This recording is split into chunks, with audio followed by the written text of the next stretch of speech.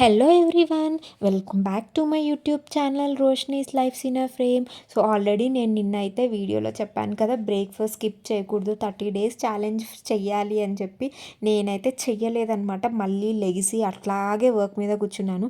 ఇంకా నేను అలాగే చేస్తానని చెప్పి మా చెల్లి ఫస్ట్ పొద్దున్నే బ్రేక్ఫాస్ట్గా స్వీట్ కార్న్ అయితే ఇచ్చేసింది. Sweet corn with onions just saute చేసి ఇచ్చేసింది అనమాట. నెక్స్ట్ ఆఫ్టర్నూన్ లంచ్ వచ్చేసి కంది గింజల మసాలా కూర. అది నా ఫేవరెట్ కాబట్టి అలారం పెట్టుకొని మరీ తిన్నాననమాట.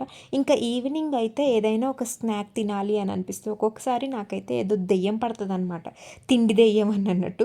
ఆ దెయ్యం పట్టినప్పుడు నాకేంటి అని అంటే ఏదైనా ఒక వెరైటీ ఐటమ్స్గా చేసి తినాలి. ఒకవేళ ఒక్క ఇంగ్రీడియంట్ లేకపోయినా ఖచ్చితంగా తెచ్చుకొని ఆ వెరైటీ ఐటమ్ అయితే చేసి తినే వరకు నాకు తృప్తి ఉండదన్నమాట. ఇంకా ఈ రోజైతే నాకు ఆ పన్నీర్ శాండ్విచ్ తినాలి తినాలి తినాలి తినాలి అని అనిపిస్తుంది. కాకపోతే ఇంగ్రీడియంట్స్ అన్నీ కూడా ఇంట్లోనే ఉన్నాయన్నమాట.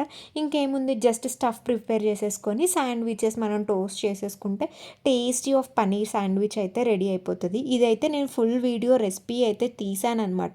ఈ వీడియో తర్వాత నెక్స్ట్ వీడియోలో అయితే నేను పోస్ట్ చేస్తాను.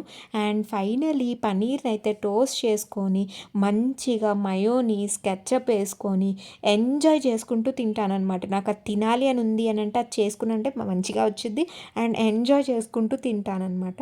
యా, అంతే for this video. See you in the next vlog. Bye bye.